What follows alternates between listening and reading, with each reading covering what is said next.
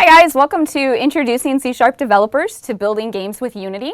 I'm Stacy Hafner, and the purpose of this talk is to walk you guys through the basics of scripting a Unity game. So Unity as a whole can be a little bit overbearing in terms of kind of coming to terms with not only just the engine, as it's insanely robust, but also coming to terms with the different APIs and the different ways that you can go about scripting a game.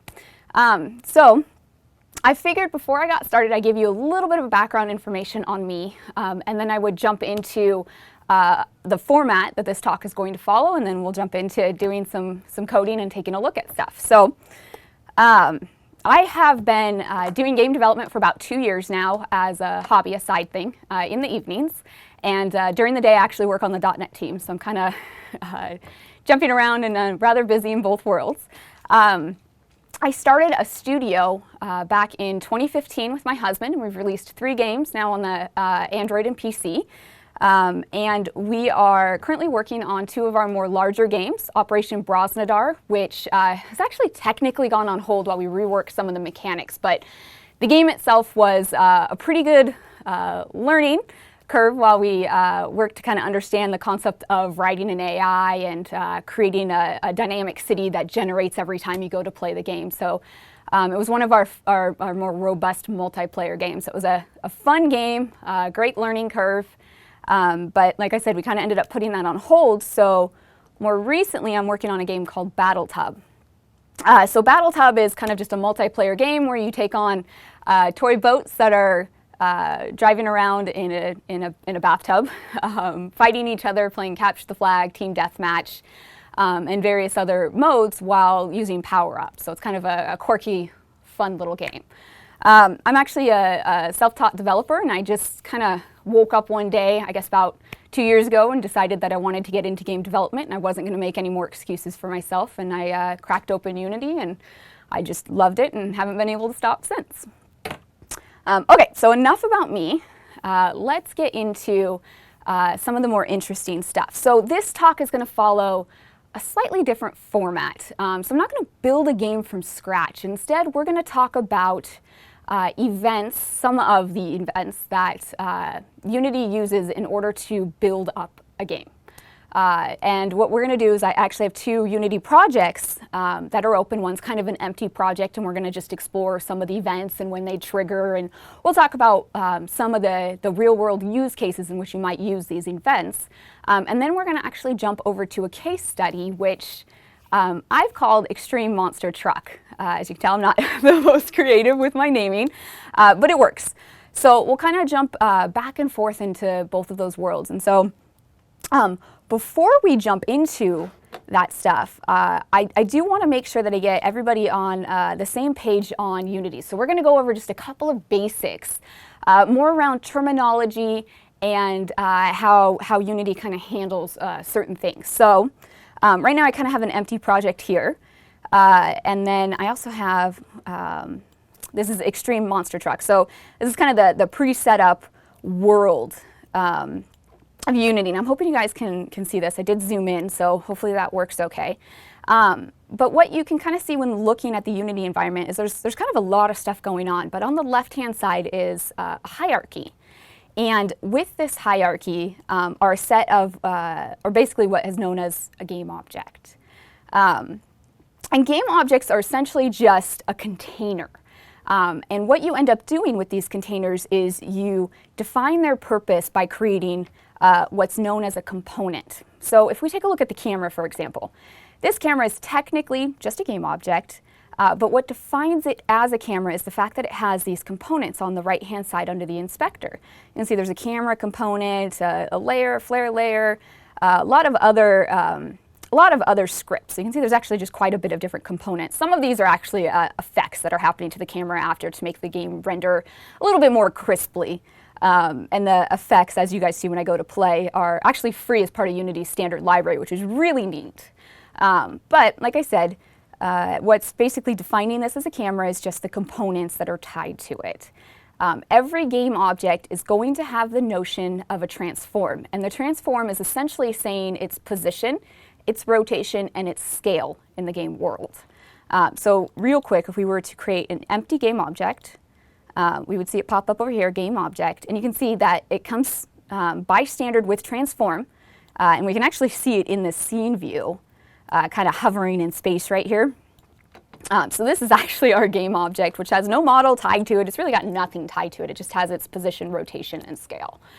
And what we'll do and look at eventually as we're checking out the case study is all of the things that end up making up the different components inside of, or I'm sorry, the different game objects inside of Unity based off of their components. Okay? So that's really kind of the basic thing that you need to know to kind of follow along with this talk and get that base scripting knowledge, if you will. So with that being said, I'm going to jump over to this slide. So what we're going to look at is they're basically events, and we're only going to look at about 4 sections of the events. We're going to take a look at initialization, physics. We'll talk a little bit about input events, but we're really not going to mess too much in that area. It's pretty straightforward, so I wanted to spend more time on the other areas. And then we'll look at game logic. From there, we're going to kind of stop because that'll pretty much take up the time, or at least it should. But what I want to have my caveat as there are actually a lot more of these events. The Unity actually has a really good diagram that talks about them, and at the very end of the talk I'll provide you guys with a link so you can kind of go and look and start working. But the main goal is really just to get you guys going so that you have kind of that core knowledge where you can just open up Unity and start to create a game. And so these are kind of the more common ones. So we're going to start with initialization. So we're going to talk about the concept of awake, on enable, and start. And I'm actually going to slip another one in here and I'll explain why and stuff when we get to that point. But the thing that you need to know is when you have a game object inside of Unity and you push play or you go to kind of start your game, the game objects are going to get initialized. And depending on the state, so if they're enabled or not enabled, either the game object as a whole or the script component of that game object is going to be what triggers for awake, on enable, or start. So awake is going to happen when the game object is initialized. So it's independent on whether or not the script itself is active on the game object. Now that's pretty key. Again, we'll look at a real world example of when you might want to do this. On enable is going to trigger after awake, before start, and that will actually end up triggering multiple times. So if you have a script on a game object and you uncheck the script or you deactivate it, so you can actually do this in code, so uncheck is not necessarily the best terminology, but we'll be doing that in the UI. But if it is deactivated and then reactivated, on enable will run again. Whereas awake will not. Awake is only going to run the one time that the game object is initialized, and then you will never have it run again.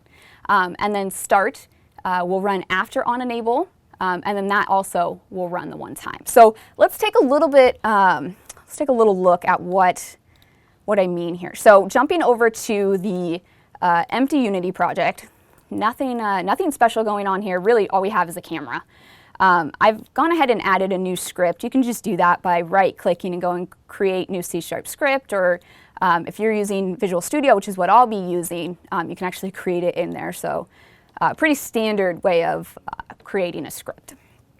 Anyway, so this is our example script. What I'm going to do is I'm just going to add a couple properties, or a couple methods. And you know, I just realized I got a little bit ahead of myself. All scripts that exist on a game object have to derive from mono behavior, and that's actually the events that we're taking a look at. So this script, because of how I created it inside of Unity, it automatically derived from mono behavior. So that happened for us, but that's pretty key. If you're going to take a script that you've created and put it on a game object, it has to have mono behavior for the purposes of this. Technically, if you were to venture into networking, it would have a different class, but we'll just table that concept for the time being. Okay, so we'll go public void. We're going to look at awake. So if we do, we'll say testing awake. So all I'm doing here is I've created the method that it would expect, and then I'm just debugging into a log with awake. So if we pop back over to Unity, I'm just going to create an empty game object. I don't really care about naming or anything because this is a test. And I can drag and drop the component here and it's going to add it. Or if I wanted to, I could just create the,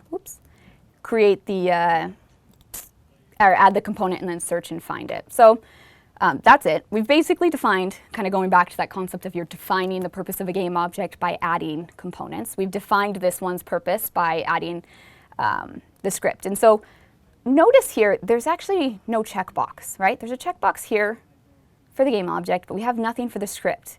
That's because, again, awake will run when the game object is initialized. You're not allowed to, or not that you're not allowed to, but if you had the script disabled, it would still run anyway. So it doesn't matter. So the editor just kind of hides that from you. So if we hit play, and so the reason I don't see anything here is up here you can kind of do some filtering.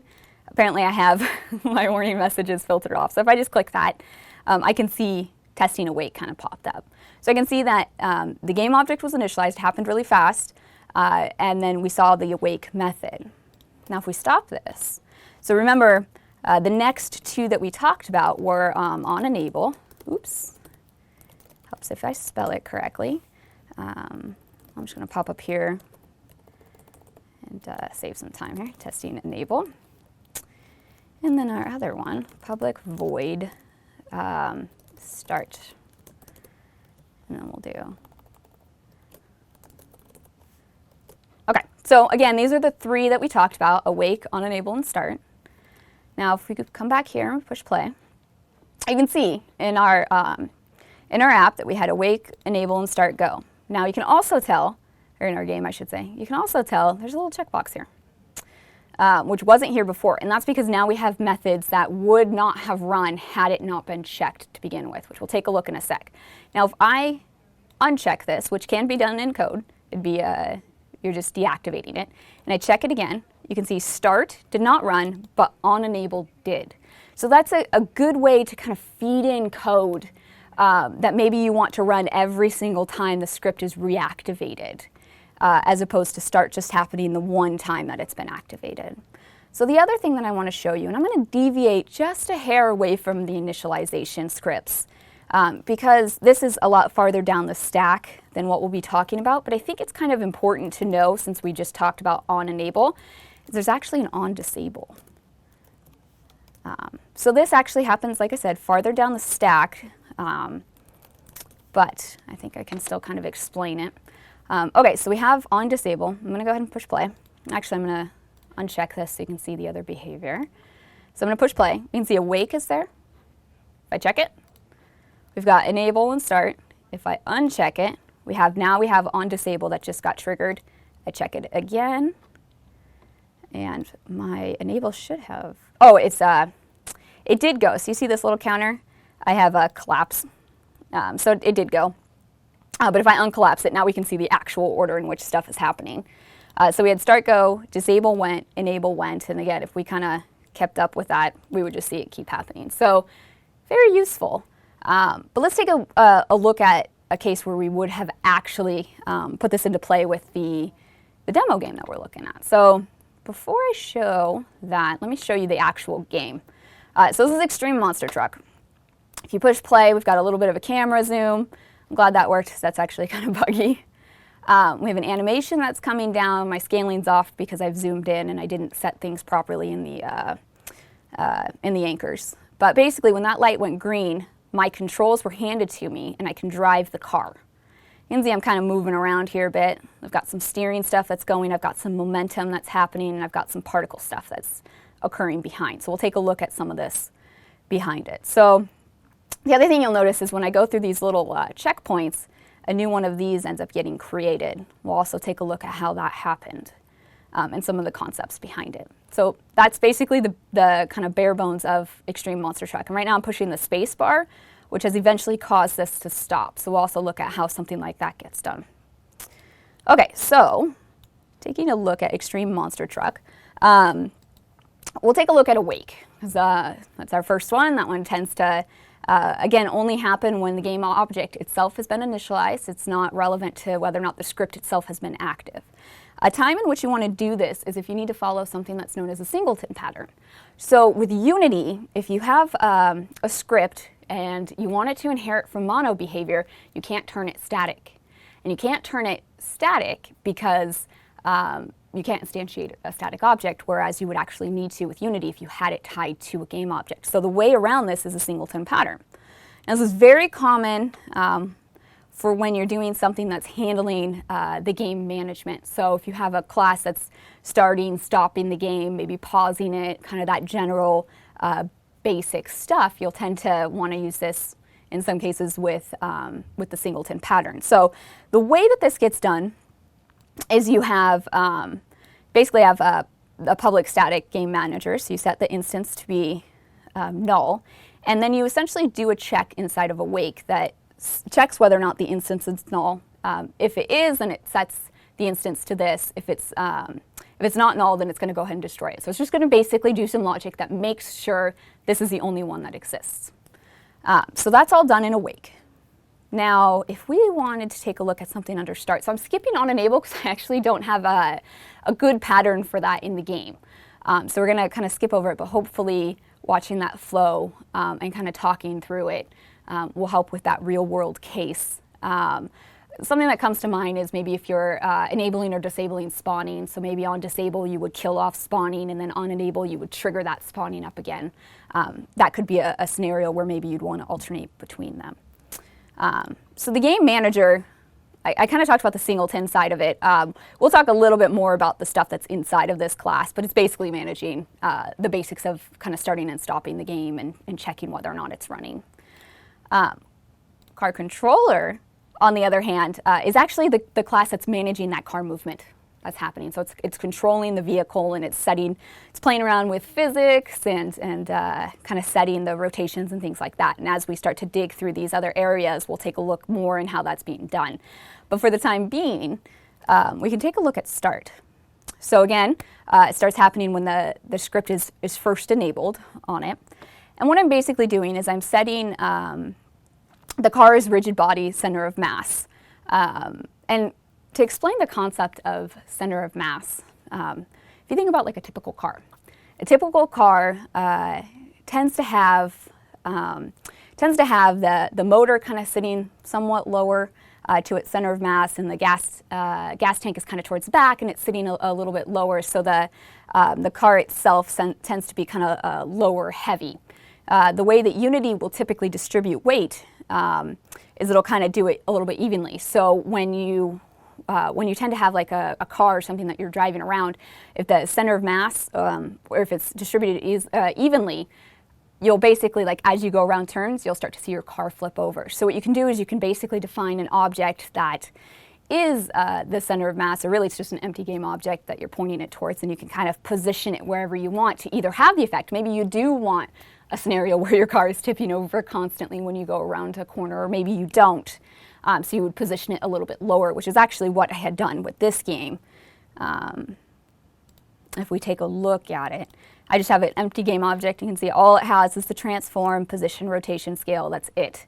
But its positioning is what's important, because that's helping Unity distribute it so that my car doesn't flip over when I'm going around those corners. I actually never had the car flip over once I set this, which for me was the ideal behavior in it. So basically what I'm doing in start is I'm saying, hey, car rigid body, which is a physics component, or tells it it's a physics component. I guess that's a decent way to put that.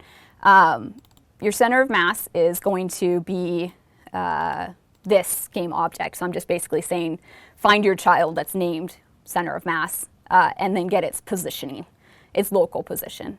So basically its position relative to its parent. And then the other thing that I'm doing is I'm just getting a terrain texture name. And this actually, it's not really that important for the purposes of this. But basically what that's doing is that's just helping me change the particle color, the stuff that was coming up behind the tires, from brown to green, depending on if I was on dirt or if I was on grass. And the reason this is sitting here is just because I want to get whatever it's sitting at. So with this being here, I could take the car and put it over grass, and I would still have like the green colored particles pop up right away by having it in start. So that's an example of type of stuff that you would do. Typically, it's going to be initialization type of stuff that you just kind of want to do once. So a little bit of caveat. We'll talk about update in a second, but basically update is going to be something that continuously runs in a loop. You want to be very, very careful of doing the initialization stuff inside of an update because that's going to run very frequently. So usually you kind of want to just do that right away, maybe store it in a variable. That way you're not constantly pinging your game. Okay, so that's an example of the three main initialization areas. The next section is physics. So most games are going to work with physics. If you're doing a 2D or a 3D game, either way, you're typically going to work with some level of physics. So in this case, we're working, of course, with a 3D game. So that's kind of going to be our profile. But just keep that in mind that there is the concept of 2D physics within Unity as well. So the first one, we're actually going to probably pop back in on these because each one is an interesting concept all on its own. So the first one is fixed update. So fixed update is essentially fixed on a certain frame. Lots of the same words there. But it's basically like a fixed time step. So fixed update is going to run every single time at a certain rate. The default in Unity is 0.02 seconds. So every 0.02 seconds, this is going to run and compute the physics. So it's actually considered a best practice that if you're doing anything with physics, you do it in fixed update because it offers a lot more precision. And we'll look at that a little bit more when we hit the game logic and the concept of how update works and runs. And then we'll talk again a little bit about the differences between the two. But for now, fixed update is default to a 0.02 interval. And you want to try and focus your physics on it. So to draw on this a little more, if we hop back in to our empty project, we're going to hop back into the code. I'm going to get rid of this because we don't care about these anymore. And we'll go public void fixed update. And then we're just going to do debug.log. Not used to typing on this keyboard, so I apologize for my mistyping. So debug.log, testing fixed update, and then we're actually going to do time.fixed delta time. And this is basically going to give us the interval time in delta time, essentially. So we pop back over here. We're going to push play. I'm going to pause it really fast, too. So play. We cleared out. Did I do debug? Did I save? I did save fixed update. That should have worked. Oh, I know why. I didn't have my script enabled.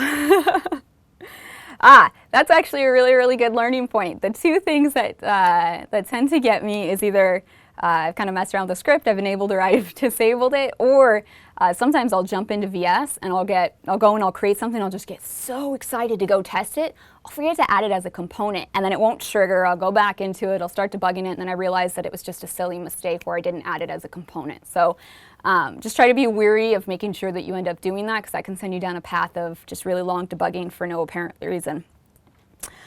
Okay, so back to what we're seeing. I'm actually going to pull this right here so we can kind of see a little bit more of it.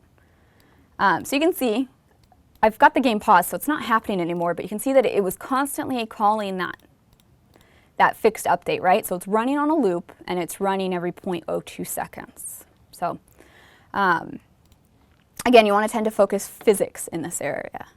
So taking a break and popping over to our real world example, I think, yeah, so Car Collider is really going to be, I think I actually ended up clearing that. So we'll hide start, or car controller, excuse me, is going to be our example in this. So in fixed update, what I'm doing is I'm doing some of the physics stuff. So I'm actually handling how the car is moving inside of fixed update. So you can see I've got a couple inputs here. I've got the concept of brake, the concept of moving forward, and the concept of moving left to right.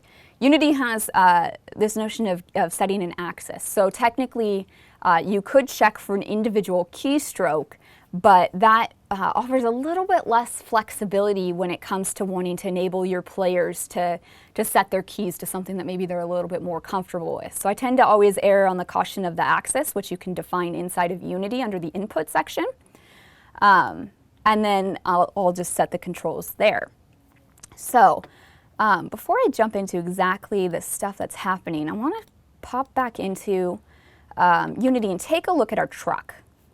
So our little monster truck is this top level game object here. And it's got the concept of a rigid body, which basically tells it that it needs to work with the Unity's physics system. And then it's got the car controller. This is that script that we were just taking a look at that's handling the movement of the car. So it's sitting on the top level item. And it's got some references here. Okay, so it's got the concept of the axles. We can see that it's actually a list, and it's got two sets. So it's got the first one is the front axle, and the second one is the back. And what I've done is I've set it to say that the motor, which is going to handle the pushing the movement of the car. So in I guess Unity's world, it's motor torque, and when you apply the motor torque to it, a positive number is going to move it forward. A negative number is going to end up moving back. What I've basically said in this is I only want my front wheels to control the momentum of my car, and I don't want my back wheels to do it. I could easily change that with how I've written it. If I select that, then the momentum is actually going to, or the motor torque is going to be applied to both wheels. So it's really, it comes down to what's the behavior that you want for your car, which is nice. So I'll take a look at how this is actually set up on the code side here in a second, but that's the axle information. And then I actually have another list of environment particles. And that's, again, that stuff that kind of pops off your game, or the wheels as it's moving forward. Those are the particles. And I have a set of essentially 8, because I have a set of the brown ones, and I have a set of the green ones. And the reason that I have them separated is because there's actually a thing with Unity where if you have a color range, you can't set that in code. You can set a single color, but the second that you hit that you have a range, there's no way to set it. So I worked around that by just adding 2 sets and then swapping between them depending on where my car was actually at in the environment. So the next thing are a set of properties. What I have is the max motor torque and the max steering angle. So the max motor torque is basically the car is going to get up to speed only towards 1500. And then it's gonna kind of cap out there, and it won't be able to go any faster. The steering angle is literally kind of the angle that's applied to any of the wheels that are in control of steering, which, kind of jumping back up to the axle information, is really set here. So that's kind of how the script is set up, but what's kind of important to take a look at is how is the game object actually set up? How does it know when I'm applying motor torque or brake torque, how does it know to actually do that? And you can accomplish that with Unity's wheel colliders. So if we take a look, I want to do these right ones. So basically what I have is another empty game object is what I started at, and I just added a wheel collider. And I'm not going to jump into all of these properties because the whole concepts behind them would take probably its own session all on its own, but Unity has some pretty decent documentation around it, and a lot of it is actually kind of trial and error and playing around with the different values and how you want it to behave, because this is going to feed partially into, do you want a realistic car that moves around realistic? You're going to want to tweak your values one way versus maybe an arcade style game, which is kind of what I was going for with this one. And so you'll end up really kind of needing to play around to get these settings right. But the key thing is, if you want to be able to apply the motor torque and the brake torque towards it, you're going to work with the wheel collider. And we'll take a look at how that's done here in a second. So I essentially have 4, one for each wheel. And then I also have wheel models, right? So these are the actual kind of visible wheel that you see.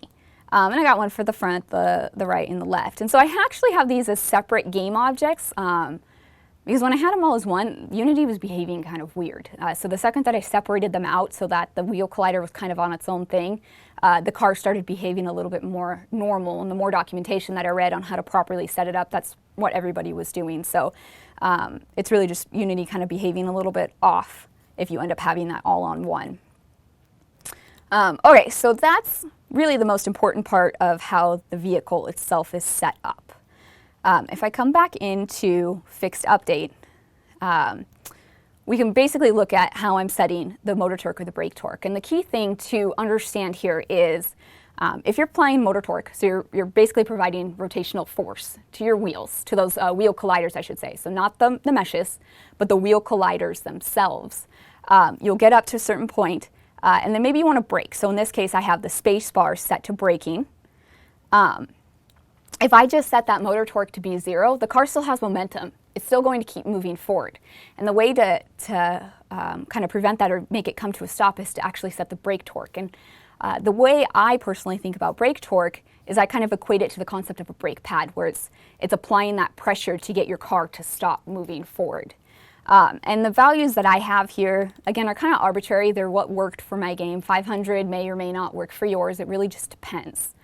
But what I do, so in fixed update, because I'm working with physics, I check for the brake. If the brake's there, I do set motor torque to be 0 because I want it to stop moving.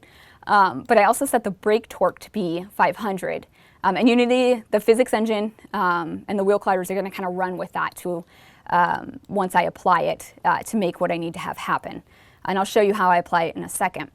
The next thing that I'm checking for is whether or not a vertical button is being pushed. And that can be either the up or down arrows, right? So it can be either way. And the motor torque, how it's determining if I'm reversing or going forward, is a positive or a negative number. So if I'm moving forward and I start to hit the back button, it's going to kind of slow down, and then it'll eventually kind of come back at us. So how I'm setting that is I'm just making sure brake torque is 0, because if you're pushing one of those buttons, you want to move one of the directions. Then I set the motor torque to equal max motor torque, which is kind of max motor torque, the variable that I've essentially set up here. It was the one that we were taking a look at. And then I'm multiplying it by a value. So I guess actually I described that a little bit incorrectly. And then that's not kind of where it caps out at. But that's helping me apply the amount of momentum that's going. But essentially it's kind of iterating on that a little bit to adjust its speed. So the next thing is the input, which is horizontal. So that's checking if I'm moving left or right. And when you'd move left or right, you're really going to want to adjust the steering angle. And so that's really what's being done here is I'm setting a steering value. And I'm doing something very similar to the motor torque. And then I'm just kind of doing a loop. And what I'm looping through is all of my wheels that exist in axle information. And if we come back up here to the variables, we can see they're just lists that are storing the information. So you can work with your usual lists. This could have been an array as well. But it's looping through, and it's just checking is that steering property that we looked at, is that enabled? And if you are, we're going to just set the wheel collider's steer angle to be whatever the value is. And then what we'll do here is outside of our loop, we're applying the torque value. So whatever the motor torque is and whatever the brake torque is getting applied there. And that's pretty, I mean, it's very straightforward compared to what we were just looking at, essentially, which is we're kind of taking a look at the wheel colliders and then doing the rotation stuff. So hopefully that kind of helps explain physics and a little bit around kind of setting up a car and getting it to work. So if we jump in, back to here. So the next one on our list is yield weight for fixed update. I'm actually going to just kind of skip over this because we're going to talk about the concept of coroutines shortly. And when we do, yield weight for fixed update is going to make a lot more sense. So we're just going to kind of skip over it for now. The next concept is on trigger. So on trigger is basically a physics check that can happen inside of Unity. So if we kind of, it's moving a little bit slow. So Unity has a concept of colliders. And a collider is basically kind of a defined space. They have different primitives. In this case, we have the box collider. And you have an on trigger, which basically just means you can kind of pass through it and it's going to execute an event. So in this case, for our checkpoint, if the car passes through it, then the trigger needs to have something happen to it. So there are a few different methods that can happen in the checkpoint. So if we take a look at the checkpoint class, we have on trigger enter. So on trigger enter is basically the first time it passes through, it'll trigger it. On trigger stay will execute while it's sitting in it, and then on trigger exit will execute after it exits. So really all I'm doing here is I'm checking to see if what came through it was the car, was the player.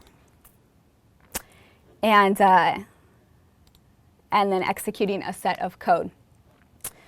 Okay guys, so we were talking about on trigger and on collision, which are our last two physics areas that we're going to take a look at. So if we kind of pull it into our current game, which is the Extreme Monster Truck, and we take a look at how the checkpoint is set up, we actually have two colliders sitting on it. And I did this for demonstration purposes, and really, if you were to set one of these up, you would probably add the second box collider, because that's going to prevent having something that's not a trigger is going to prevent a vehicle from being able to go through it. We'll take a look at exactly what I mean here in a second. But basically what you have is you have a component that you can set up, and in this case I have a box collider.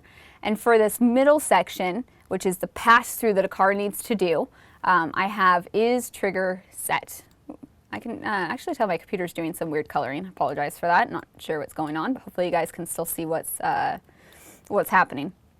The second collider that is there does not have this trigger set. If I hit edit collider, I can actually see it's somewhat invisible, but it's sitting inside of it, so it's a different square. So to show you the actual mechanics behind the game, if I push play,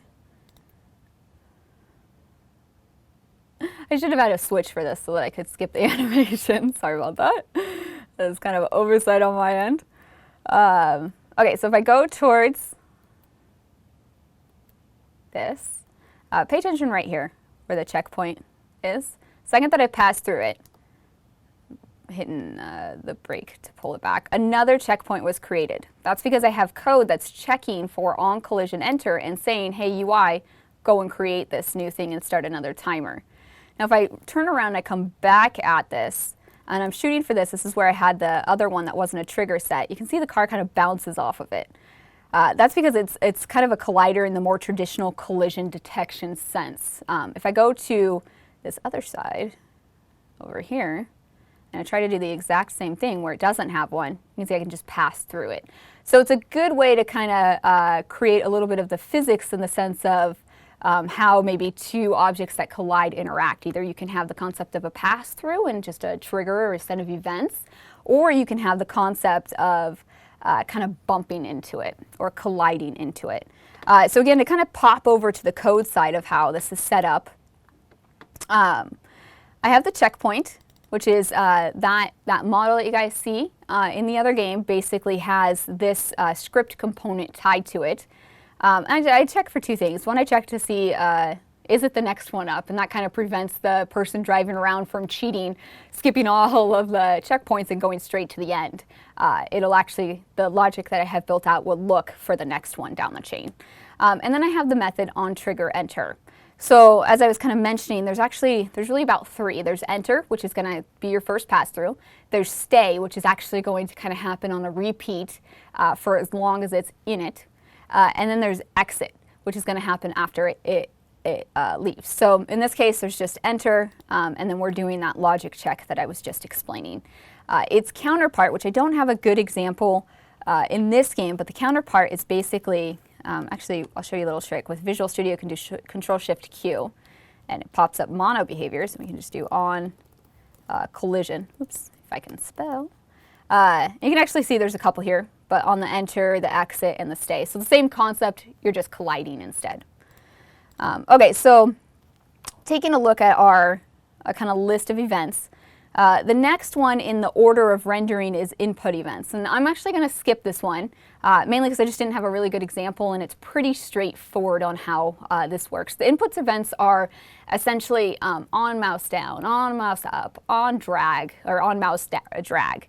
And it's events that happen either with the GUI, so the kind of the UI stuff, or the detection for the colliders. So again, it's pretty straightforward. Just think about the typical kind of mouse effects that you're using as you're working with stuff. The last one is game logic. And And so for game logic, we have the concept of update, yield calls, which feed into the concept of a coroutine, and late update. So the key thing for update is this is frame rate dependent. So the reason let me actually explain that a little bit more. So the frame rate that a game gets can depend on a lot of different things. How much physics are you using? How intensive is the game? Is it, what's the performance like? Are you kind of taking down the frame rate by maybe doing too many things at once? The other thing it's dependent on is the actual computer itself. An older video card might get a little bit more poor frame rate compiling as it's going, where a newer video card might give you more frames per second. So it's a little unpredictable in that sense. So again, that's why you would typically do physics and fixed update, because it's more predictable. So to illustrate this a bit, if we pop over to our empty game project that we have, and we do public void update, and then we're going to do something very similar. So we're going to do a debug, but we're just going to do update. And we're not going to do fixed delta time, because that's for fixed update. We're going to do time. Delta time is what I was looking for there. We're going to do time.delta time. And then we'll pop back into Unity. And we'll clear this. You know what, this is fine. So I'm going to push play. And hopefully it's going to want to compile update. Fixed update should be going. It's actually a little weird. Oh, I did it again. Here's another tip with it. If you have the game running and you make changes in the inspector, that doesn't transfer back over when you stop running the game. So what I did last time is I checked this script while the game was running, but then when I stopped it, it defaulted back to its state before I was running, which shut it off. And that's actually something that tends to get me quite a bit on occasion. Anyway, so if I pause it, so I just ran it, but if I take a pause and I scroll up, we can kind of see the order in which things are occurring. So we see fixed update triggered on 0.02.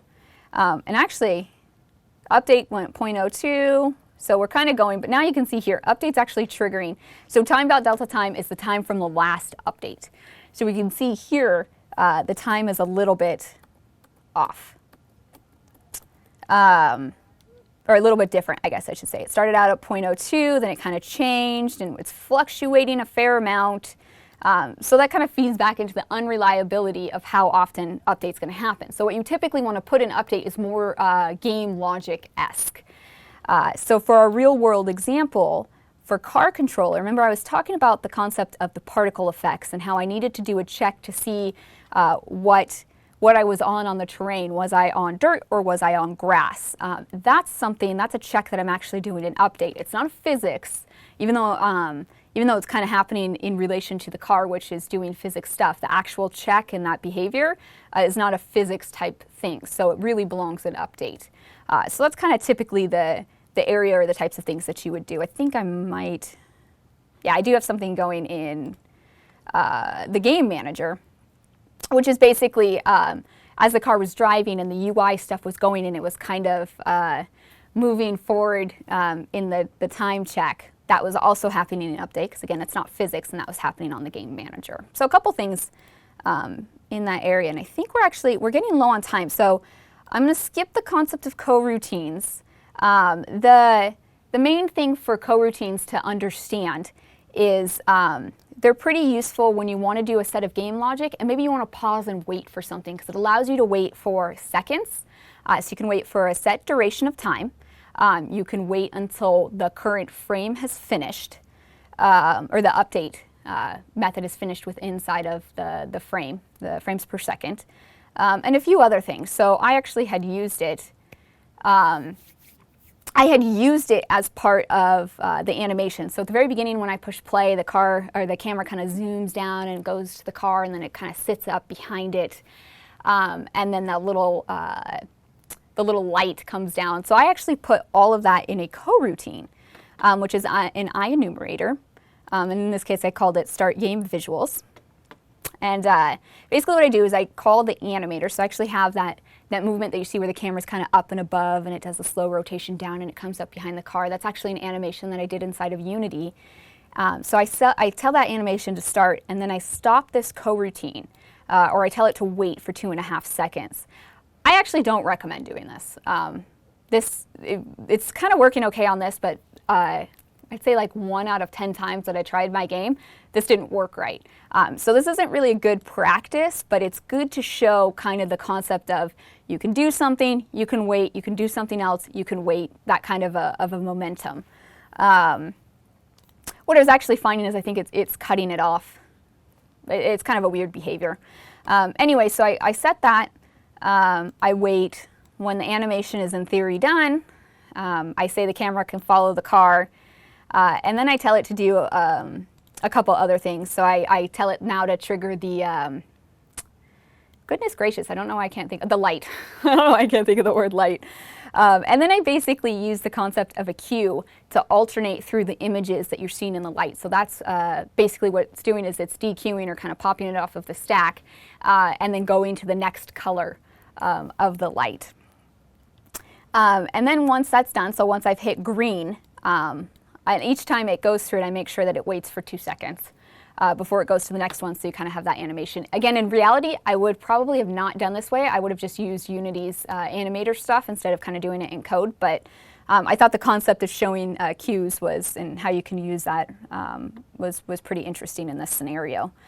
And then the last thing I do, so I wait again, and then I end up handing over the controls to the player. So the second that turns green, the player can start to drive their car, but they actually have no control of their vehicle up until that point. So again, coroutines are really useful for doing something and waiting. And this section here where it says yield, return, kind of new, this wait for seconds, there's a few different ones. So there's null, and there's wait for seconds, which we're seeing. That's actually the one that I tend to use the most. There's yield for www, and that'll actually start when the download has finished if you happen to be downloading something. And then there's the concept of actually starting the coroutine. Pop under I think it's under, oh yeah, I was looking right at it. Under my start game, I just do start coroutine, and then the name of it, and then that's what actually ends up triggering all of this. So it's pretty handy. It can be a little bit more handy for doing animations over time. So if you're doing the concept of lerping, which is like I have something that's in this position and I want to slowly move to, this other position over a set of time, you can do that in Update, or you could actually technically do that in a coroutine if you had wanted to. Okay, so popping back over, Update. So our last one is late update. So late update will actually happen after update has everything in update has finished. So let's say in this case, actually, I have a grand example. So with Extreme Monster Truck, I'm actually going to stop and start so you can see this as I'm going. So we go over to the game, push play, and I hit the play button. You can see the camera is kind of moving down. I almost wish that bug would have happened so you could see. But basically, what happens is as this light is going, there's a point where the camera actually locks onto the car, right? And that's here. Now, the logic for the camera locking onto the car is done in late update because I want the camera to move and look at the car after all of the update stuff has finished, after everything's kind of stable for that particular frame, if you will. And so the last piece of code we're going to look at is the late update. So that's exactly what's happening. So my camera has all of those other components that you saw before, but it also has the camera follow script sitting on it. And then that has a late update. And that's basically all it's doing is saying, checking to see, can I follow the car? In other words, have like my animation stopped and it should be locked on is essentially what that was. And then it's just setting the camera's position relative to the car, and then it's making sure that it's looking at the car based off of the values that I'm setting, and that's it. So that's pretty much it for kind of the main sets of the events that we're going to take a look at. Like I mentioned earlier, there's a lot more to this, and it tends to get a little bit complicated. My recommendation is if you're kind of just starting out on Unity, just take it slow, start learning things bit by bit, and don't get overwhelmed with the APIs. Actually, had somebody kind of stopped me in the hallway earlier today and said they tried to make a Hello Game with Unity and got that up and running, and then they felt like they were just tossed over a cliff because of kind of the APIs. And I can understand that feeling. So hopefully at the end of this, I've kind of given you guys the tools to get going and start to learn. I do have a set of resources to help. So if you want to get the Unity engine, you can go to unity3d.com and that'll grab it. With Unity, if you're installing it on Windows, you're going to get Visual Studio Community as an option for you to include as part of the download. If you happen to be on Linux or Mac, you can actually use Visual Studio Code. And then Unity also comes with Mono Develop as well, if that's your preference. The Extreme Monster Truck source is live on GitHub, so you can take a look at it and kind of dive a little bit more deep into the code that we went over briefly and see how things are really set up in that project. And feel free to extend it or do whatever. And then I also have a link for the full execution order. So this is, we looked at a very small subset, and I didn't quite talk about all of the different paths. So if you go and check this out, it's a lot longer of a graph, and it's going to go a little bit more into detail about what we talked about and a lot of other stuff that's going to come in handy. If you have any questions, feel free to find me on Twitter. Also, if you happen to create anything and you want to show it off, I'm always happy to see the cool things that people are making. So feel free to reach out. And thanks.